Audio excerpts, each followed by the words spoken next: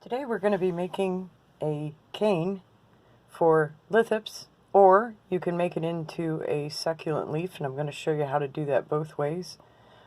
This is a ball of peach that I made with mostly Primo translucent, and I added a touch of orange, a very little tiny piece of orange, to one big ball of translucent, and made this beautiful peach. And then over here I have a grapey purple that I made out of true red and some true blue.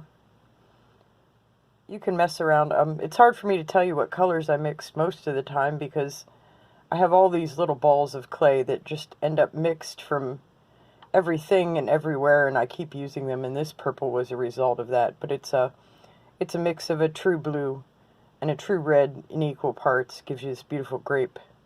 And then I have an old dull tissue blade. You'll see the reason. We all have one of these dull ones laying around. You'll see why we need that in a few minutes here. And your regular tissue blade that's nice and sharp for slicing. Okay, what I've done here is rolled the peach into a nice fat drum cylinder. See, it's not very wide, nice and fat. I've run my grape through my pasta machine on a number 6. That's fairly thin, and trimmed it to fit my drum. We're going to go ahead and roll that up in there. Go ahead and meet the end. I always roll the end over so I can see the mark. Trim it. Pull that away off to the side. Go ahead and close that up. And this one you don't have to worry about working the air bubbles out, because now we're going to mutilate the heck out of it.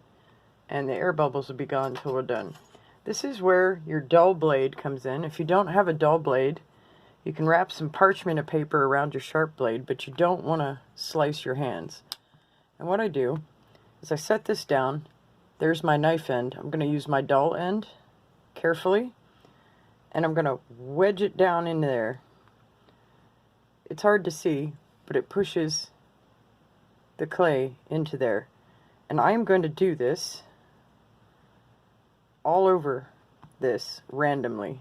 I'm just going to keep pushing my clay, press at different levels, press at different pressures.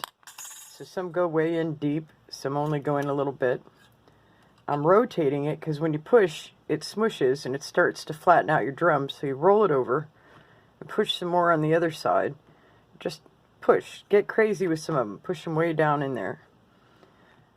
Eventually, you want to get this all the way around. Push them in there. Just keep pushing. And then get crazy. Push over the ones you've already pushed. Push again. Just keep stuffing the grape down into the peach. Lots and lots of lines. Lots of different pressures. I'm slowly getting all the way around my piece, trying to keep my drum shape somewhat. Don't forget to get crazy and push deeper on some of them. See, I'm getting it flattened out, so I'm going to go up here. I'm going to press some more. And then I come over here, and I kind of smush down the ones I already have. And I'm going to keep pushing. Just randomly pushing that in there. Now I'm starting to lose shape on my drum. It's really lengthening. So I'm just going to turn it on end and push that down. And then keep smashing the grape down into that purple. Lots and lots of lines everywhere. And when I'm pushing, it's flattening out the lines. That's okay, because then I'm going to come in with this and smush down in there some more. It doesn't look like much on the ends right now. It's hard to see. Trust me, we're getting into a very nice effect. Just keep jamming those down in there. Some a little bit, some a lot. Starting to lengthen out again. So I'm going to push it back down. Try and get it back into my round form a little bit.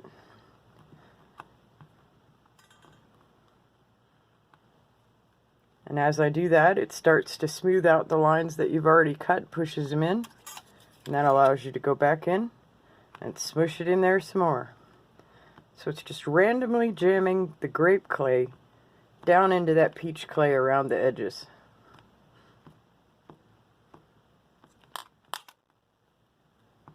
Lengthen out, flatten that out again.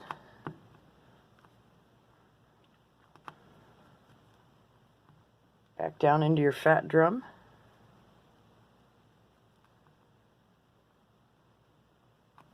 I'm going to put a little more in yet. But this is really easy. You don't have to get too precise. You just want to keep adding clay into the edges. It makes a thin bleed of the line into your transparent.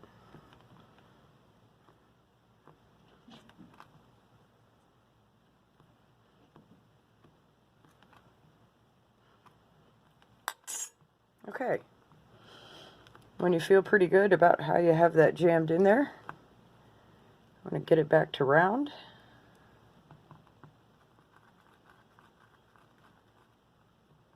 Flatten that down in there. And then, and this is key,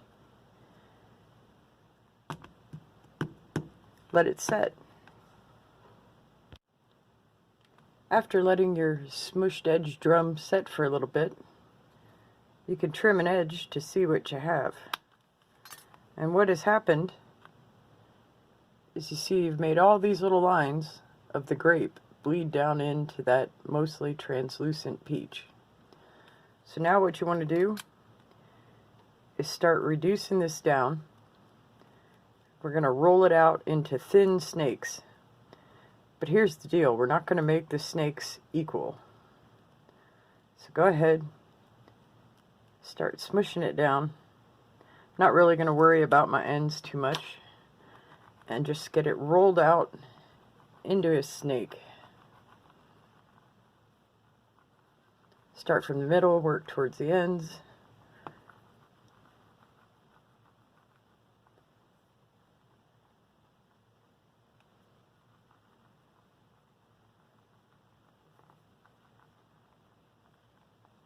This is going to be a long process. We want to get it down to a much thinner snake. As you can see, it's starting to get longer than my workspace. That's okay, because we're going to be rolling these so thin, you can go ahead and cut this into several sections with your sharp blade, and then keep rolling. When they start getting really thin, what I like to do is pick up this end while I'm rolling, roll towards the other end. It keeps it even without making this stringy break when you roll them too skinny, and sometimes it'll get real thin in the middle and break off. So I start rolling from end to end, and I lift on the end that I'm not rolling, and that creates some tension and does a stretch while you're rolling so that you can make this into a tiny spaghetti. So as you see, I have this piece pretty thin. It's thick towards that one edge. We're not going to worry about that. So I have a real skinny one and a medium one. I still have another chunk to roll out here. I'm going to go ahead and do that. I'm going to cut off this ratty end and keep rolling.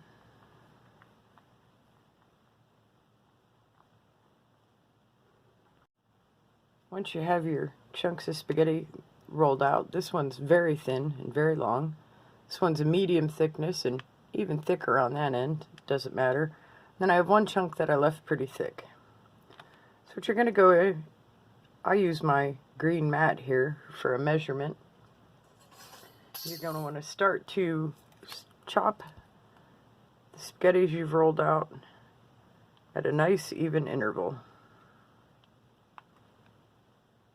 See? I've used 1, 2, 3 squares. You can use any measurement you want. Just get these chopped so that they're all the same length.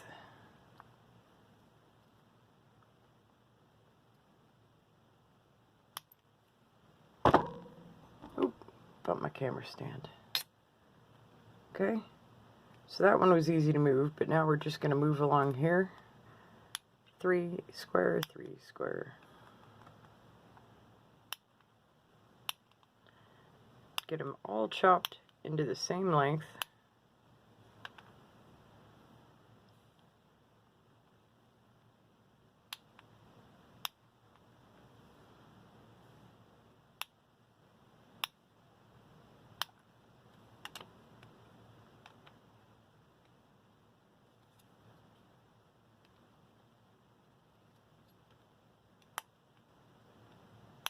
Just keep going until you have them all chopped up to the same. So now you have all these chopped up strings, and it looks like you've lost your detail, but don't worry about that. When we get to the finished product, you'll see. So just start randomly taking the strips you have and sticking them together. Now we're going to reform our drum shape, but we're going to do it with all these little pieces. So skinny pieces, fat pieces together, mix it up and get it into a nice round shape.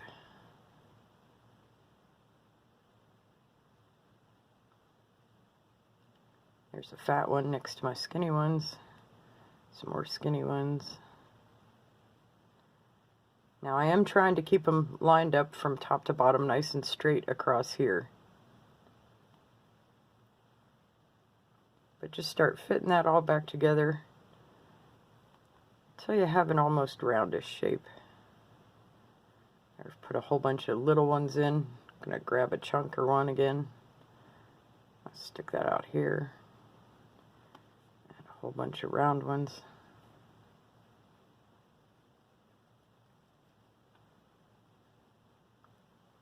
I got one pretty crooked.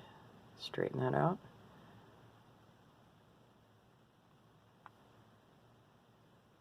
Just keep piecing those together.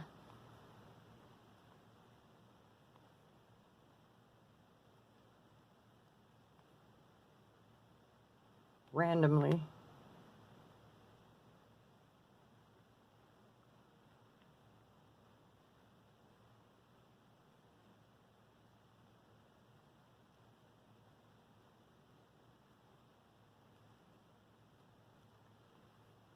Try to keep your ends fairly even to reduce waste. You'll have some trim. You always do. There we go. Okay. So squeeze them together end to end. And then set it down, flatten. Flatten. Squeeze it back out. Flatten. Flatten. Squeeze it back out. You see the nice pattern we're starting to get there? Flatten.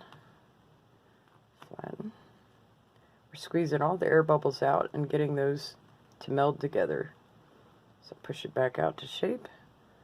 Flatten again. And again. Until you feel that you have this into a really solid piece and you've worked the air bubbles out of it.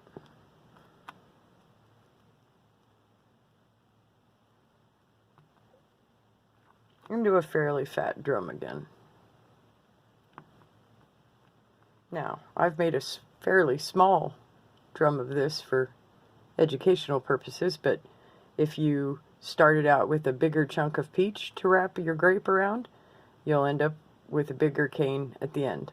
I make small canes because I make little bits at a time. I never know how much I'm going to need, and this was for the tutorial. I didn't want to use a ton of clay to show you how to make this because I have quite a few of these laying around already.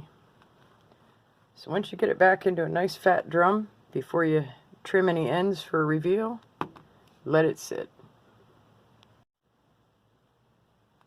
Now that you've left it sit, you can go back in and start a slice.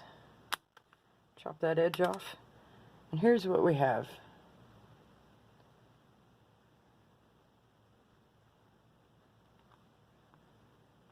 Nice. It's a lace cane basically, but with some nice bubbled ends into it. So what you can do at this point is you can go ahead and keep slicing these and form these into leaves.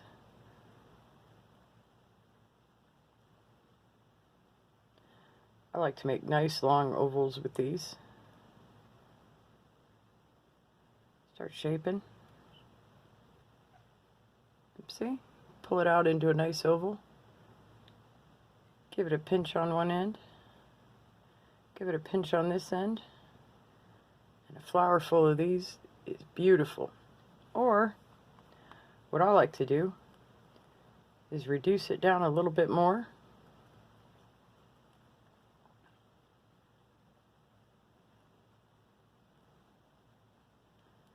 And then take 2 equal chunky slices off. We're going to make this into a lithops. Set that aside. So what I do is I start reducing while pushing this end out. So I'm making a taper. See how those ends bleed down over the sides? Make a nice fat taper. Chunky on one end. I take that top, roll it on there a little bit, flatten that out, take the fingerprints off. I'm going to do the same thing. See, that's not very thick. This is what we end up with, and this is the organic shape that it makes. So push in the middle, start squeezing it towards the top, pulling those edges down. So it's kind of like how when you reduce a cane and the end bulges out, except we're doing it on purpose. And that bleeds the edges down around the ends nice. So it's not this cut. We don't want it to look like this. We want it to bleed over and be more organic. So when I have a piece, and I got that piece smaller. So when I have 2 equal pieces, I kind of flatten them out on that surface, get some fingerprints off the top, kind of roll them towards the edges. Now what you want to do is I try and face them towards each other, and I press down on the sides. Kind of round off the top. I'm making a half circle shape. Same over here, a little push to the end, lean on it on the sides, get that half round shape on a taper. See that? It's a little triangular, push it back into the shape I want it. And there's my half circle. Now I'm going to put these together, but I'm not just going to smush. I'm going to start at this end, put them together with the tops even. I'm going to smush towards the bottom, leaving that little split in the top. See that? Then trim off the bottoms even. And look at that. A little split lithop. Gorgeous with that neat pattern on the top. And there you have it.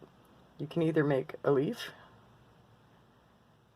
put 5, 8 of these together, and have a nice little flower, or what I like to do is these are gorgeous little lithops.